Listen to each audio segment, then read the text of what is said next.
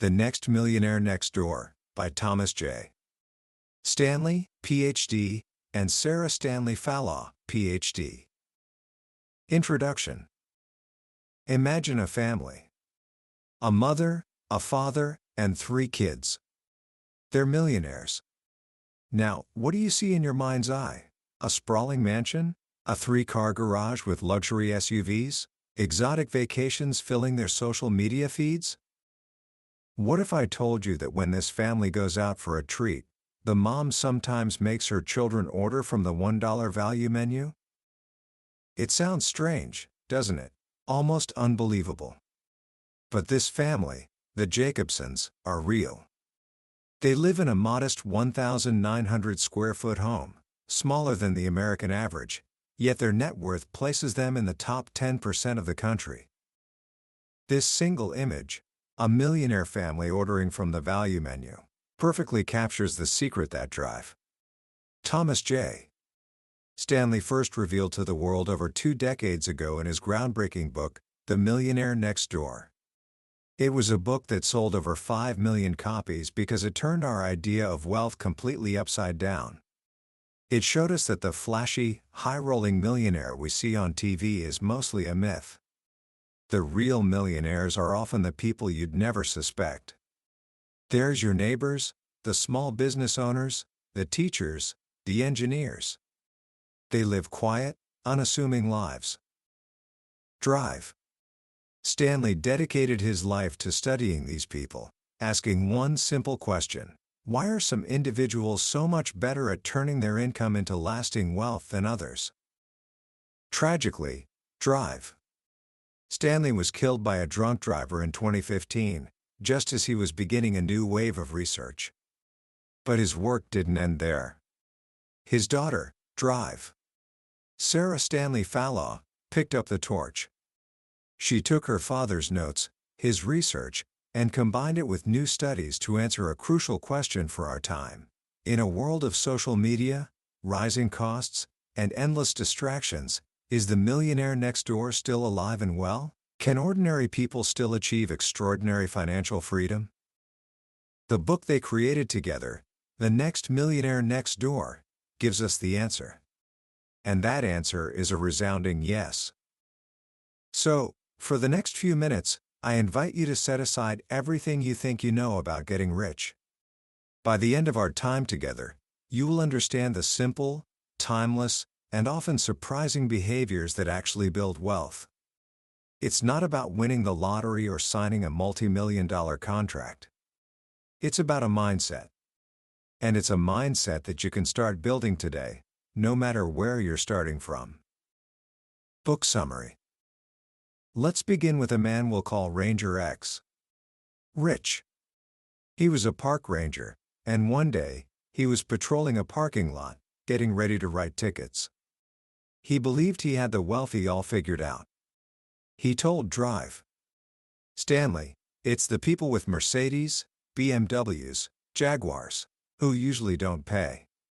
I've been doing this a long time. It's the working man who pays in this country. Rich people don't pay. He was certain that the car someone drove was a billboard for their net worth. A fancy car meant a rich person, and in his mind, a rich person was probably a cheat. But here's the fascinating thing the research shows: a vast majority of luxury cars, something like 86% of them, are not driven by millionaires. They are driven by people who might have a high income, but very little actual wealth. These are the people the book calls the income statement affluent. They look rich, but their balance sheets tell a very different story. They are on a treadmill, running to make enough money to support a lifestyle of high consumption. This brings us to the first, and perhaps most important, lesson from the book. Income is not wealth. It's a simple phrase, but it is the fundamental truth that separates those who build financial freedom from those who are forever trapped by their paychecks. Wealth is not what you earn. It's what you keep. It's your assets, your investments, your savings, your business equity, minus your liabilities. It's your financial safety net, your freedom fund. Income is just the tool you use to build it. Think about it this way. A surgeon who earns $1 million a year but spends $1.2 million on a lavish lifestyle is actually getting poorer by $200,000 every year. Meanwhile, a teacher who earns $60,000 a year but methodically saves and invests 20% of it is steadily, quietly building a fortress of financial independence. Our society, our media, even our government often gets this wrong. They celebrate the high earners, the big paychecks, assuming that wealth automatically follows. But the data tells a different story. The average, or mean, net worth of an American household sounds pretty good, somewhere around $692,000. But that number is wildly misleading. It's skewed by the billionaires of the world, the Bill Gates and Warren Buffetts. The more honest number is the median, the midpoint. If you lined up every household in America from poorest to wealthiest, the one in the very middle, as of the book's research, had a net worth of just $97,300. And if you take out the equity they have in their home, that number plummets to around $25,000. That's it. That's the typical American household safety net. Not even enough to cover a major medical emergency or a year in a nursing home. This is the reality for most people. They are living on a financial knife's edge. But the millionaires next door have chosen a different path. They understand that every dollar spent on a flashy car or a designer watch is a dollar that isn't working for them, isn't compounding in an investment account, isn't buying them a little piece of freedom. So, if the real millionaires aren't the ones driving the Jaguars and wearing the Rolexes, who are they? The book paints a remarkably consistent picture, both from the original research in the 1990s and the new studies. The typical millionaire next door is a man in his early 60s, married to the same person for decades. More than 80% of them say their spouse is a critical factor in their success. They're on the same team, working toward the same goals. They are well educated, over 90% have a college degree, but more than half of them went to a public university, not an expensive private school. They didn't chase prestige, they sought value. And here's the number that shatters the biggest myth of all. 86% of them received zero income from a trust or an estate in the past year. They are self-made. They built their wealth not through inheritance, but through their own consistent, disciplined actions over decades. They are, in a word, frugal. But their frugality isn't about deprivation. It's about intentionally. A full 70% of them know exactly how much they spend on food, clothing, and housing each year. They have a budget. The most they've ever spent on a pair of jeans is around $50. The most they've spent on a watch is about $300. And the car in their driveway? It's most likely a Toyota, a Honda, or a Ford, and it's probably at least 3 years old. They are playing a different game than the rest of the world. While everyone else is focused on looking rich, they are focused on being rich.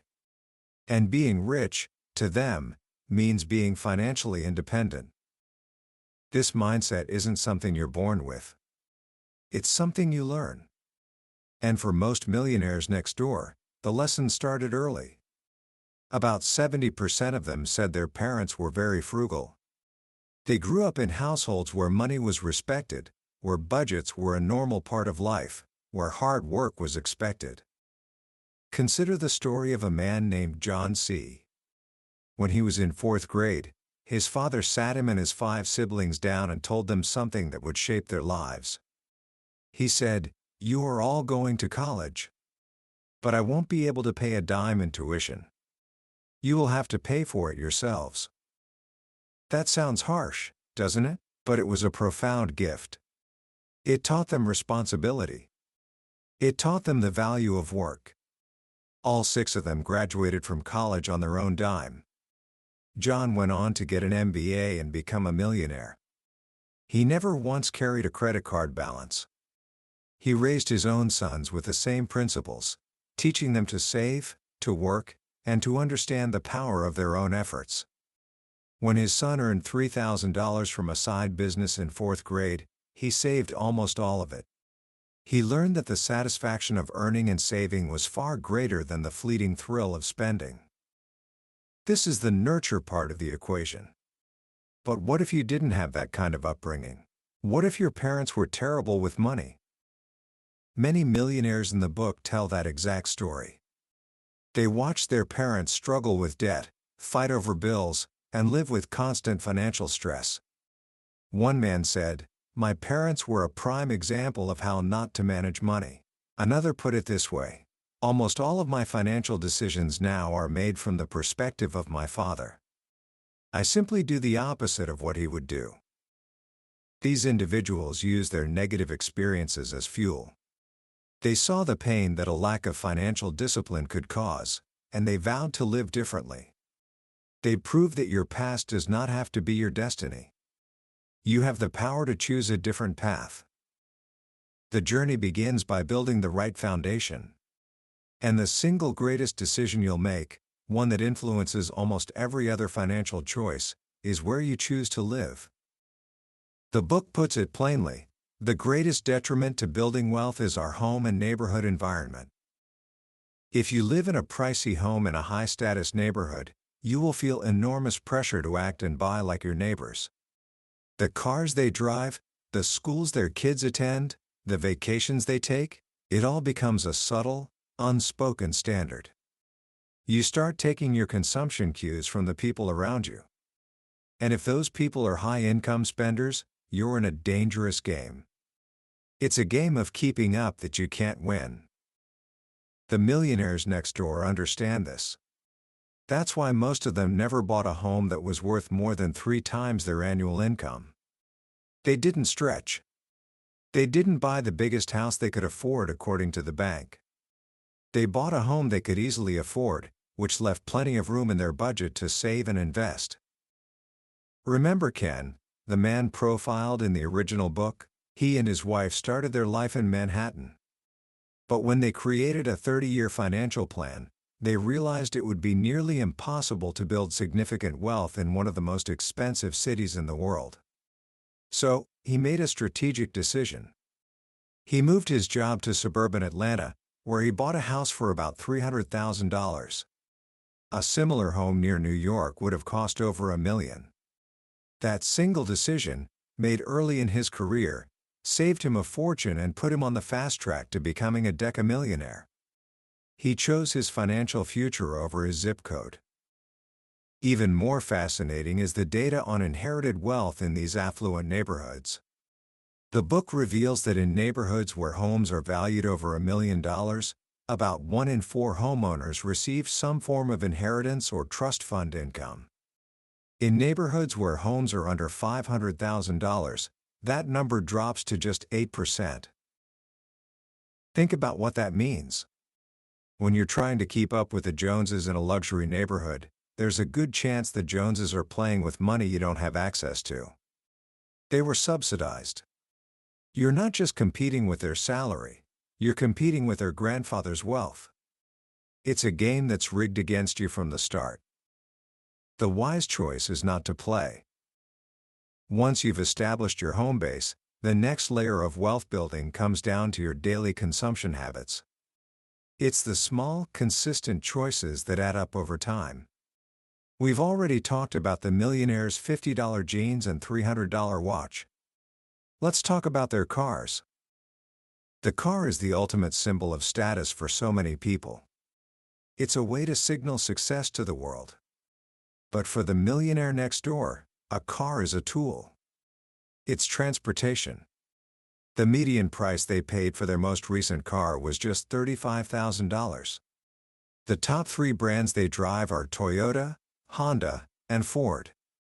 They value reliability and cost-effectiveness over prestige. One millionaire from North Carolina shared that he drove the same well-maintained car for 21 years.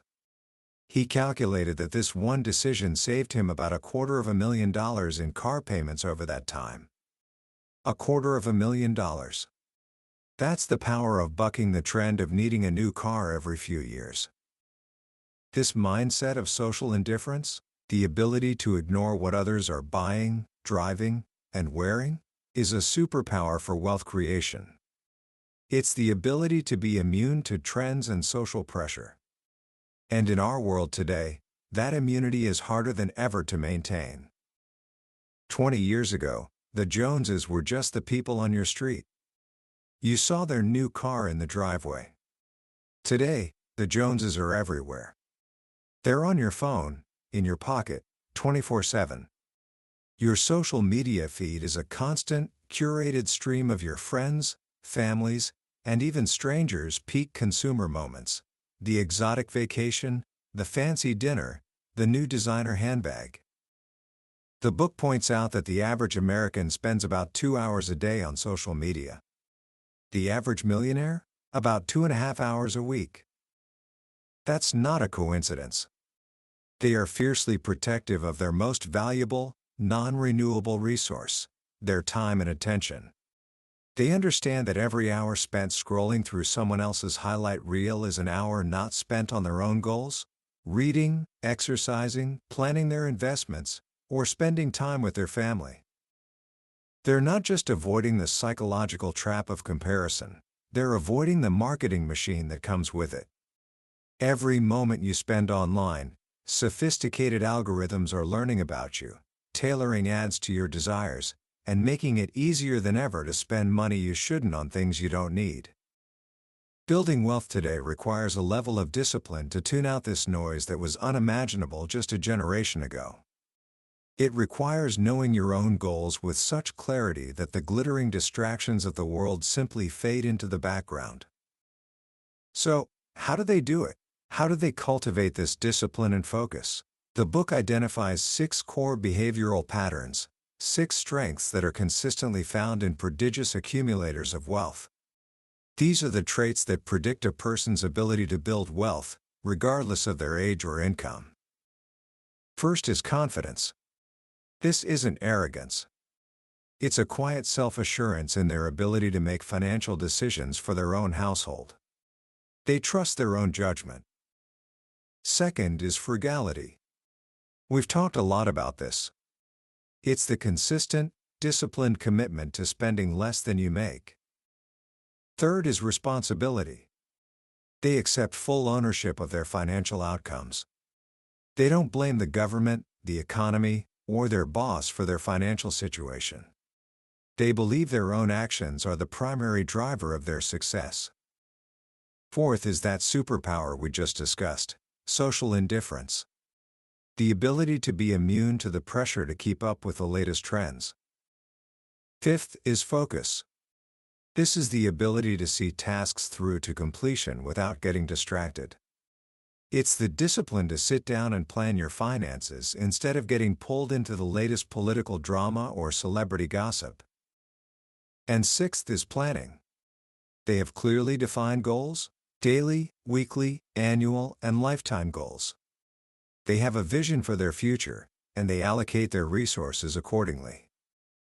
These 6 traits are the pillars of the Millionaire Next Door mindset. And the good news is, they are not fixed. They are muscles. They can be strengthened over time through conscious effort and practice. Of course, to manage money, you first have to earn it. And the way millionaires next door approach their work is just as instructive as how they approach their spending. The book emphasizes that they chose the right occupation.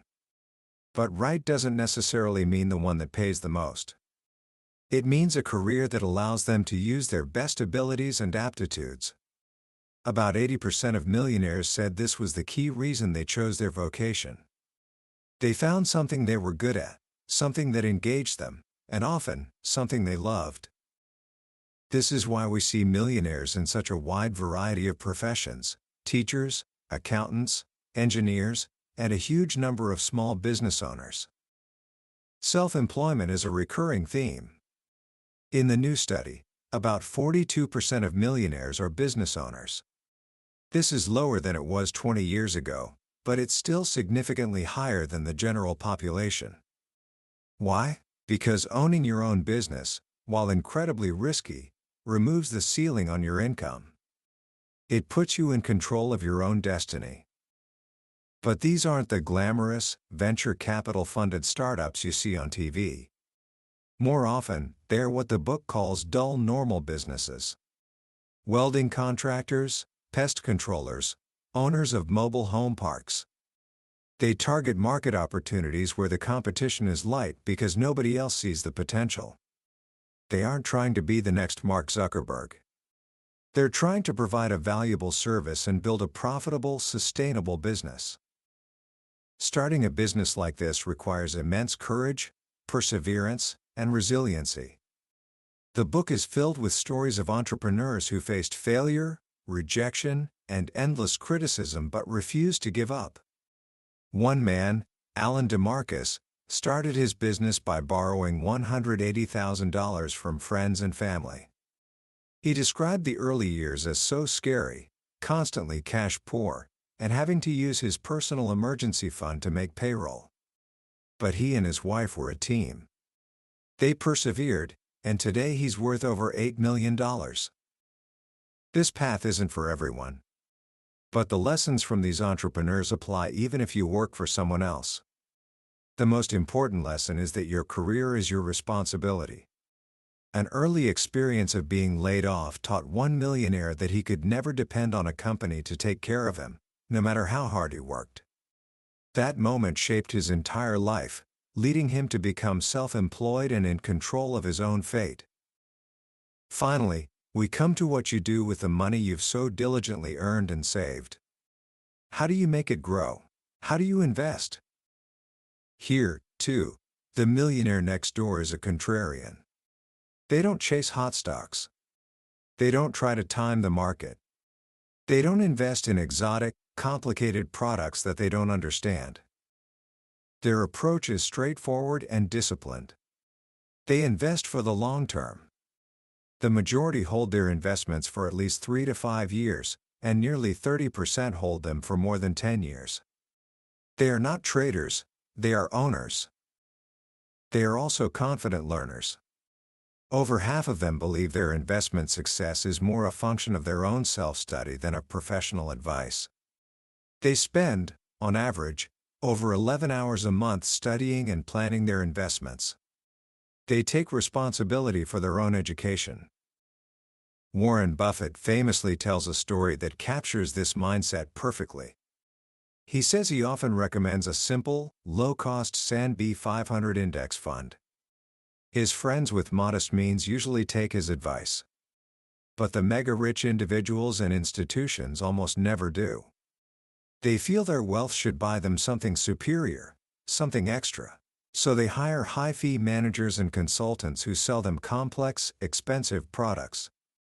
Buffett estimates that this search for superior advice has cost the elite more than $100 billion over the last decade.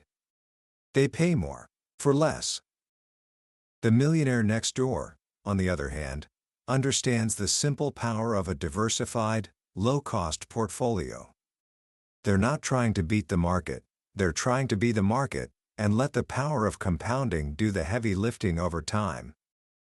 They also understand the importance of courage. When they first started working, over half of them described their investment strategy as risky or very risky. They were willing to embrace the volatility of the stock market early on to achieve higher growth. As they get older and closer to retirement, their strategy becomes more balanced and conservative. They understand that risk is not something to be avoided, but something to be managed intelligently over the course of a lifetime. Have they made mistakes? Absolutely. The majority admit to selling a great stock too early, or holding a bad stock too late. They've tried to time the market and failed. But they learn from these mistakes. Each misstep becomes a lesson that sharpens their judgment for the future. This entire philosophy, from how they choose a home, to how they buy their clothes, to how they invest their money, can be summed up in a single, powerful idea. The millionaires next door believe that financial independence is more important than displaying high social status. They have made a conscious trade-off. They have traded the fleeting approval of others for the lasting freedom to control their own lives. It's a quiet, often invisible journey. There are no trophies for driving a 10-year-old car or for maxing out your retirement account. The reward is something much deeper. It's the freedom to change careers in your 40s because you have a go-to-hell fund that can support you. It's the freedom to leave a demanding corporate job to spend more time with your young children, as one millionaire mother in the book did. It's the freedom from the constant, gnawing worry about money that plagues so many households. It's the quiet confidence that comes from knowing you have built your own financial fortress, brick by disciplined brick, and that you are the master of your own destiny. Commentary. As we wrap up our journey through the Next Millionaire Next Door, I find myself thinking about how much the world has changed since Drive.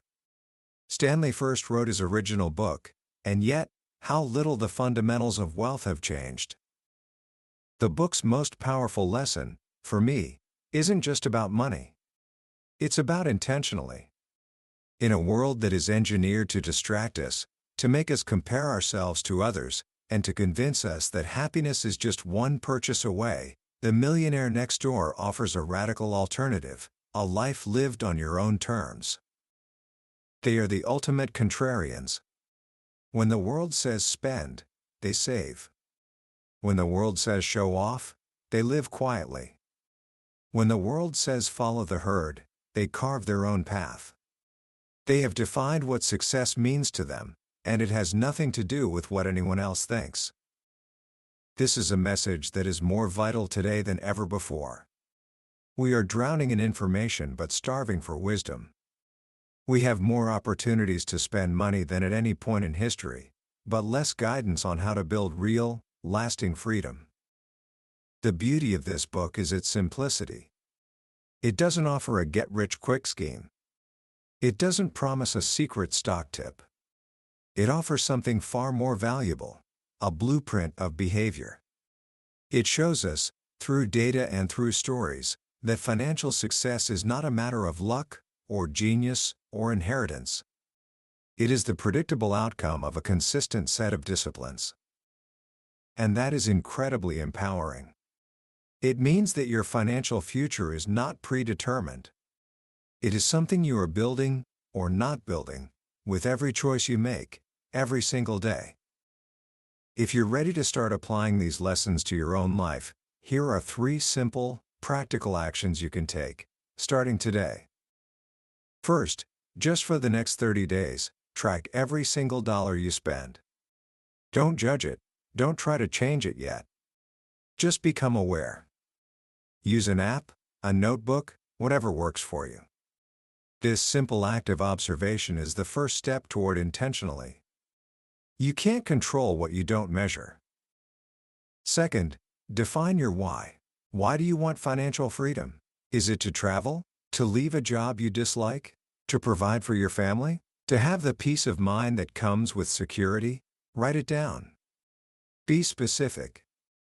This why will become your North Star. It's the reason you'll be able to say no to a fleeting purchase, because you're saying yes to a much bigger dream. And third, curate your influences. Go through your social media feeds. If an account consistently makes you feel like you need to buy something or that your life isn't good enough, unfollow it. Replace that noise with sources of wisdom and encouragement, podcasts, books, and communities that align with the life you truly want to build. Your attention is your most valuable asset. Invest it wisely. Building Wealth the Millionaire Next Door way is a marathon, not a sprint. It's a quiet, steady journey. But the destination isn't just a number in a bank account. It's a life of freedom, choice, and profound satisfaction that comes from knowing you built it yourself. The path is there. You just have to choose to walk it. That was a summary of The Next Millionaire Next Door by Thomas J. Stanley and Sarah Stanley Fallaw. We've explored the core ideas today, but I'll be honest with you, a summary can only take you so far. The real magic happens when you read the book for yourself. It's in the quiet moments, when a particular story or a simple phrase connects with you in a way you didn't expect. This summary is a map, designed to show you the landscape and help you decide if this journey is right for you. If anything we've talked about today has struck a chord, I truly encourage you to grab a copy. Reading it isn't just about learning new information, it's an experience that can genuinely change the way you see your finances, your habits, and your future. The link to the book is in the description. Also, if this journey through the book's ideas brought you some value, I'd be so grateful if you'd hit that like button and subscribe to the channel. That way, you won't miss our next exploration into another life-changing book. Let's keep learning and growing together.